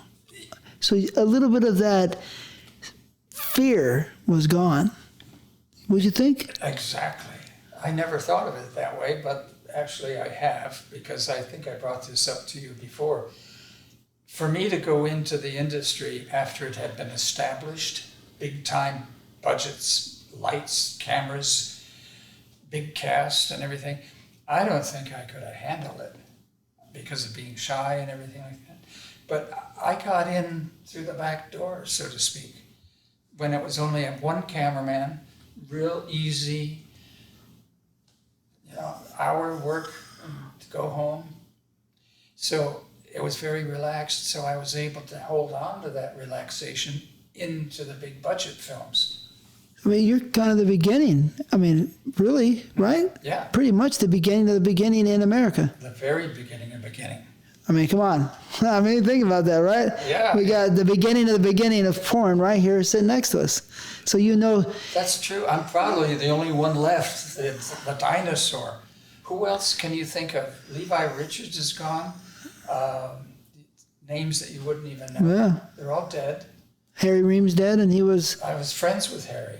Yeah. I talked to him shortly before he died. Oh yeah. Yeah. And Jamie's gone, and. Jamie's gone. But you're before all of them. I'm before all of them. All of them. What year? Yeah, we'll talk about them later. But that's interesting. Yeah, that's. So you're really at the beginning, and it was a piece of cake for you. So sometimes when you're kind of like grandfathered in, right? You're the grandfather. Yeah. But not literally, but, figuratively speaking, when you have an establishment, you're grandfathered in. Yeah. So now that you start at the beginning, you're grandfathered in, you have a little more strength to your spirit and thinking because you're the beginning, right? So it's like, what are you going to tell me? I'm the beginning, man. Yeah. Like, who are you, right? So it's not the pressure, it's not there. You want me to tell you something about what it was like in the beginning? Yeah. I've actually shot for Bolex with guys operating a wind-up Bolex camera.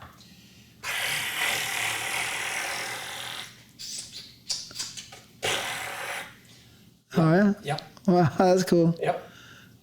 That's the I-8 or the 16 They millimeter? didn't have I-8 back then. Oh, shit, okay. Maybe they had 8. I'm not sure, but most likely it was 16 millimeter film. Oh, that's pretty cool. Hard to say. Film's thin, yeah. Yeah. But yeah, a wind-up camera, come on, give me a break. Let's see, the movie, The Fireworks Woman was shot with a wind-up Bolex. It's a good movie too, by the way. Yeah, Angela the Fireworks Woman. So, that's sounds kind of wild. Oh, those were the good old days. Were they good days? They were good. I have so many fond memories of those times. Nice people. We were all kind of a club. It was a small membership club. Small. Because, you see the same people all the time. You work with the same people, but like maybe a dozen people. And so going to work was like old homework. You would see your friends, if you want to call them that. So, sometimes you'd get tired of working with the same person over and over again. I'm going to have to say I work with Melanie Moore 50 times. Really? Try that. I mean, she's a sweet, nice girl, good, easy to work with. Yeah. Just not my style, But 50 times and not your style, you'd be like, oh, what the hell? You know what I mean? Yeah. You can imagine 50 times, right? I can't keep count. Yeah. But I can understand what you're saying. Yeah. And I imagine it's from the girl's point of view too. Oh God, do I have to work with Eric Edwards again? Yeah, right. I can see some of the girls probably like, fuck. Yeah. And I'd probably pick up on that too. You know, Oh yeah? I know that they really don't want to be doing me. Really? Yeah, you know. But you've got to, from a guy's standpoint, I'm sure that you have to use, you know, whatever works for you. You know, you either focus in on physical aspects of the woman, or you focus in on just getting yourself off, or whatever it takes. Whatever it takes, you got to find it. Yeah. I mean, some people, right? Some people out there in TV land or out there in the world, oh, I could do that. That's easy. That's no big deal. You're nothing. You think because you can fuck a girl, you're special. Mm-hmm. Well, let's put it into perspective, into a real technical perspective. Mm-hmm. Right? First of all, you're in front of hot lights. Right? Yep. Sometimes your penis has a mind of its own. While you think you're with your buddy and you're having sex next to the girl, you think it's okay? No. Put yourself on a street corner with everybody going by, pull your penis out there, and see how hard it is, how erect it'll be. Because that's similar to the same feeling of being a performer. And then, let's take into another part. You have sex most of the time with the girls that you like, that you want to have sex with, that's your type, that you want to kiss. When you're in the movies, you have sex with who they tell you to have sex with, and be happy of that.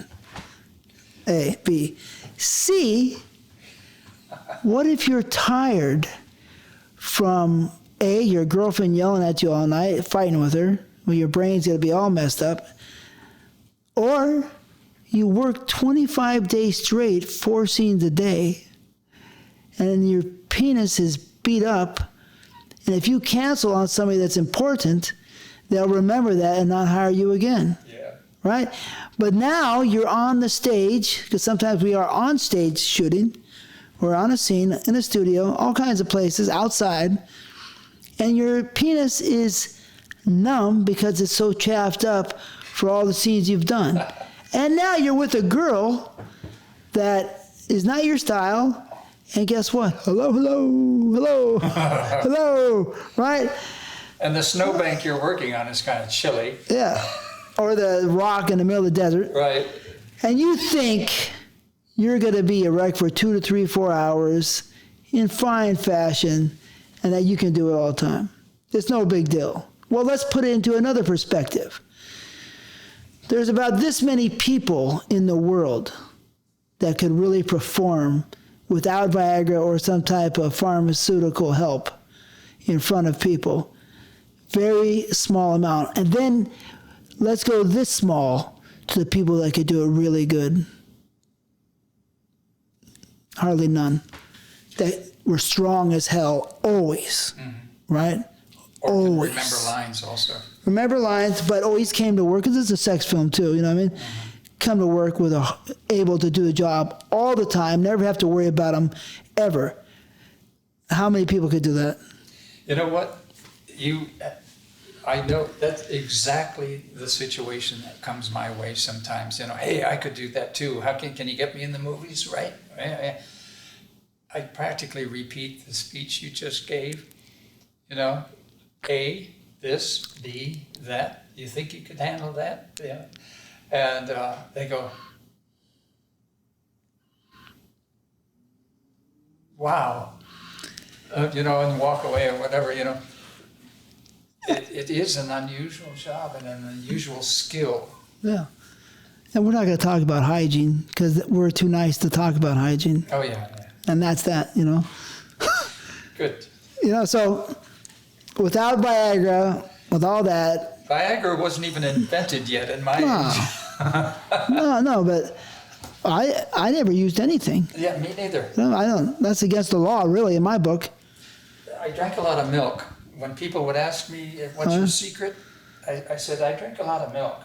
And whether or not that had anything to do with it or not, they liked the idea. Oh, yeah. I could have said carrots. It didn't matter. They were just curious to know what my secret was. Of course, we want to know secrets like Peter North's secret, right?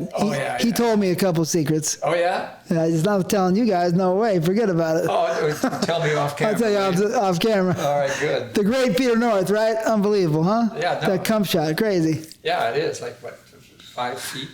Well, no, I seen him squirt 17, 18 loads on a girl's face. I worked side by side with him probably 100, 200 times at least. You know, we're like, you ready? The girls, you're watching out, right? But, you know, he's counting them down sometimes. 17, 18. Pretty funny. That's another thing, the countdown. It's interesting because it's a control, and I know you know this also. But I used to like to tell the cameraman, because there's a communication between the actor and the cameraman as to where the cum shot is going to be. It's, that blah, blah, blah, blah.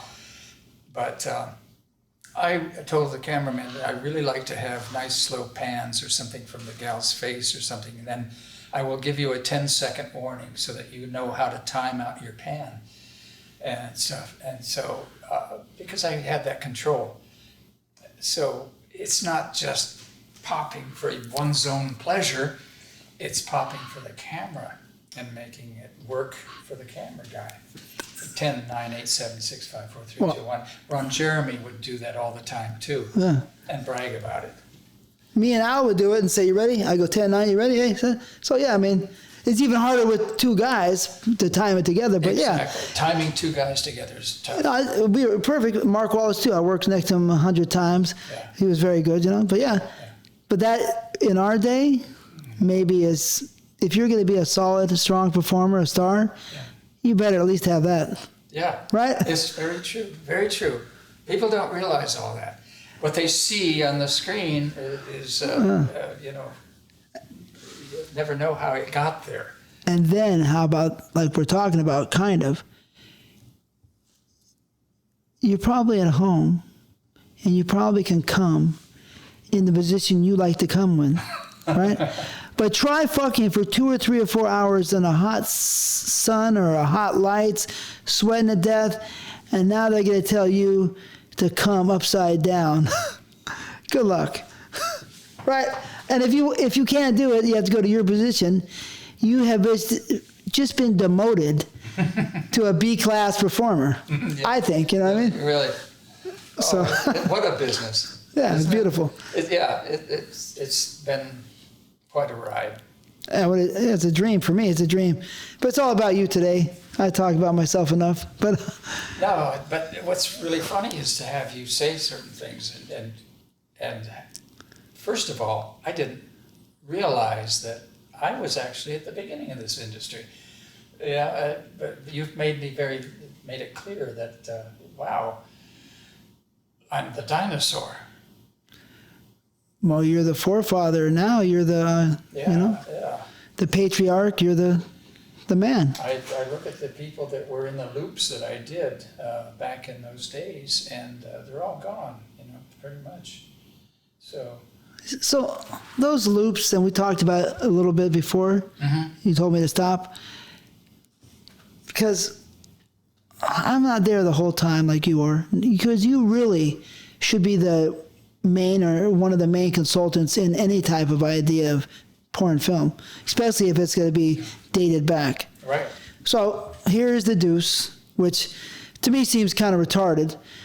Is it pretty far off from the truth, or does it have any type of truth to it? Well, I will say one thing. They introduced a character named Eric, and I was wondering if that was supposed to be me.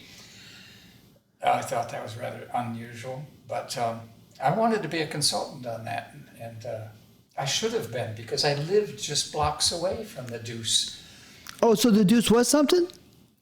42nd Street, basically. Yeah. Oh, so why is it called the Deuce? It's an area. It's Really? Yeah, it's that area of Hornville, where all the loop machines were that drop your quarters in and everything like that. Really? And, yeah. I didn't know Strip that. clubs, burlesque. So it's called The Deuce at 42nd Street? Which is That area, 42nd and 8th, between 8th and Broadway, that's kind of the Deuce. wow. Yeah, Okay. hookers back then and everything, and porn. But what is amazing is the fact that I lived it. I was an actual person who went through that particular time period and that particular location. I lived about 6 blocks up the street, up 8th Avenue, and I'd walk down to the Deuce all the time. And, That's interesting. yeah. Does it make sense the way they're portraying it? I'd never really watched that much of it because I was pissed. I watched maybe 2 episodes, and that was about it. They consulted Ron, I think. Probably Ron gets his way into everything. Yeah. But was he part of it, really, The Deuce? Not at all. Not at all. No, I told you I was in New Jersey on his very first shoot. Yeah.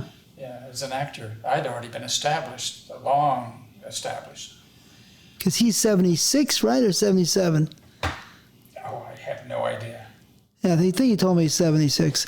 So how was that? Tell me about his first job. How'd it go? Oh, God, Ronnie. Jesus Christ. First of all, do you like Ronnie? Not necessarily. Okay. I don't dislike him. I just think he's... back then, he was just annoying on the set because he was constantly on, constantly cracking jokes, constantly doing stuff, constantly on the phone, constantly blowing himself. Really? Come on. Was he constantly blowing himself? Are you just making that up? Exaggerating? I'm exaggerating. Okay. But on his very first shoot, he was trying to impress us all. Sharon Mitchell was there. In fact, I think it was her house or her parents' house that we were shooting in. In Jersey? In Jersey, yeah. And so Ronnie was there and just cracking jokes all the time, and people were just kind of like, who is this guy? You know? And he got down on the floor and squatted. You want to see what I can do? You want to see what I can do? Sure, whatever. And so he bends over and he starts to do himself. Great, wonderful. That's really clever of you. Can you act? Whatever, you know. But that was the first time I met him. And from that point on, I never used him in any of my films, simply because I never had a character. Same thing with Jerry Butler. Jerry Butler said that I never used him, and I had to say that, well, I've never written a character that you could fit. Come to find out, in my log, I just happened to find a movie that I did use Jerry Butler in. Oh, yeah? Yeah, so I can now say that I did use you. Yeah. Now I have to remember what that film is. Did you like Ronnie when you met him, or just another guy? Yeah, Ronnie and I just have never gotten along because he knows that I know who he is. Like who? Who is he? Well, yeah, I mean, he can't. I see him for Ronnie for what he is, and he doesn't like that. He's got to be the showman. He's got to be the center. Uh-huh. And I'm just me, and I just kick back and I say, okay, so you can blow yourself. All right, that's fine. That don't impress me much. It doesn't impress me. That song, you ever heard that song? Yeah. Oh, so you're a rocket scientist. That doesn't impress me much. From Shania Twain. Oh, I don't know. Anyways, that's a pretty good song. I like it. Yeah, okay. But right, he's not a rocket scientist. But he said he did study theater, so he could act okay. I think he can only play himself. Really? Oh, yeah. I mean, really, what else could Ron do? How about PT compared to Ronnie as far as acting? Well, PT was trained more for stage. I've never seen him do a character other than PT, other than himself. I, on the other hand, I kind of enjoyed getting unusual roles that where I could just go crazy with, you know, like American Pie or something, where I played this 50s greasy hair New York bad guy, you know, and he just stupid. He was just a stupid, you know, kidnapper. I kidnap a couple of girls and stuff, and everything goes wrong, and I'm just like tearing my hair out and everything. And it was a great role for me. I just went crazy with it. And other roles that were just not like me, English accents. My girlfriend and I just watched Blonde Ambition the other night, and I did because it was British, about a rich British guy and his grandmother and a missing brooch, and that gets mixed up with a fake brooch and all this kind of stuff. And the girls were English also. Susie Mandel came from Great Britain, and so she had the accent. So we all had to have the accent, you know. I've never seen PT do anything other than pretty much PT, but maybe you have. I don't know. So young watching those movies. Oh, yeah. You know what I mean? I wouldn't know the difference. Oh, okay. I wouldn't know shit. I know now. I studied theater. Yeah. Well, I have him in a lot of my movies in my collection, and I see him, and it's always just the same mellow kind of guy. Yeah. Yeah. Ronnie didn't think that he was a great actor, right? And P.D. didn't think that Ronnie was not a great actor either, so it was interesting to see the comparison ideas. Yeah, that is kind of fascinating. I would say P.T. I wonder what they think about me. I mean, come on, you know. I didn't, you know what? For some reason, I didn't bring you up. I don't know why. Oh, yeah. You know, I don't know. I'd be curious to know what others think. Yeah. I really would be. I would get Joey, I think, we talked. He said, they just, you know, thought you were cool. I think Joey's the only guy I really heard you say your name, you know, Rob. Yeah. Oh, interesting. Yeah, you know. Right, that's interesting because, He and I shot in Europe together. Sort of, we were like a team, you know. So that was a nice film. That was fun. Yeah. Extremes, that was called. I like Joey. Yeah, he's a cool guy. Cool guy. You know him from the beginning, too, I'm guessing. Yeah. You know everybody from the beginning, so because you're the patriarch. I know I'm the old grandpa. Kind of, but I mean, yeah. You know, PT 70, 71, right? I don't know. Yeah. I guess so. Yeah, he is. So, you know, there's a lot of questions I want to ask. So, did you do any mainstream commercials? Any mainstream film? Yeah. I did a close-up toothpaste commercial, which I've put on my Facebook page. Oh, yeah? Yeah, a close-up toothpaste, Gillette Track 2, the razor, the foundation from Marsh of Dimes, I did. Let's see. That's pretty much it for commercials. Did extra work in films. I was SAG and Equity, the actors' unions. Equity is a different branch? Yeah, Equity is for stage. Okay. SAG is for films. And Screen Actors Guild. So, I would, like your typical actor, I would get your typical small roles and stuff like that. Yeah. Non-speaking roles, day players, some day playing work. Or an extra work. You might see me in a crowd in some movie or something like that. I was in Hospital, the movie Hospital, as a day player, sitting at a restaurant table or something like that. So, but that's what every actor does. Yeah. You grab what you can. It's like it's a rough world. Yeah. Hollywood film, unless you're a star. Right. And even if you are a star, it could be rough because you could be at the top and then they say, you know what?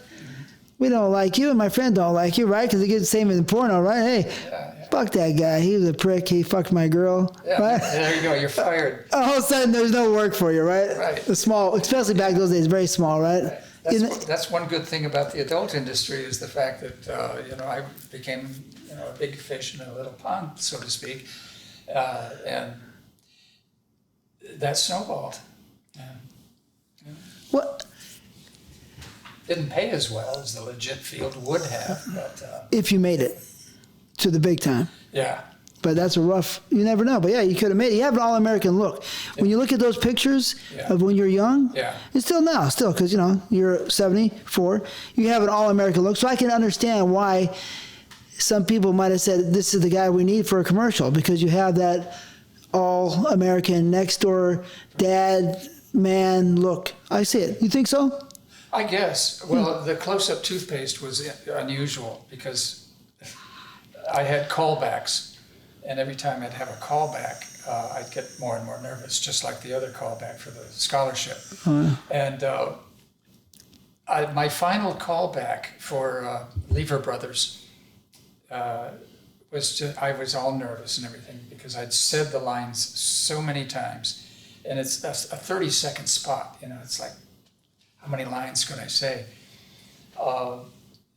And because, oh gosh, I could almost remember them, because I've seen it so many times. Anyway, my final callback was the big boss in front of me. He said, well, what would you like me to do? And he said, just smile for me. So I did, I smiled, you know. I said, okay, thanks. Next thing I know, I got the job. He was looking for my close-up toothpaste smile, which I don't have anymore because I have a missing tooth now. I lost it back here.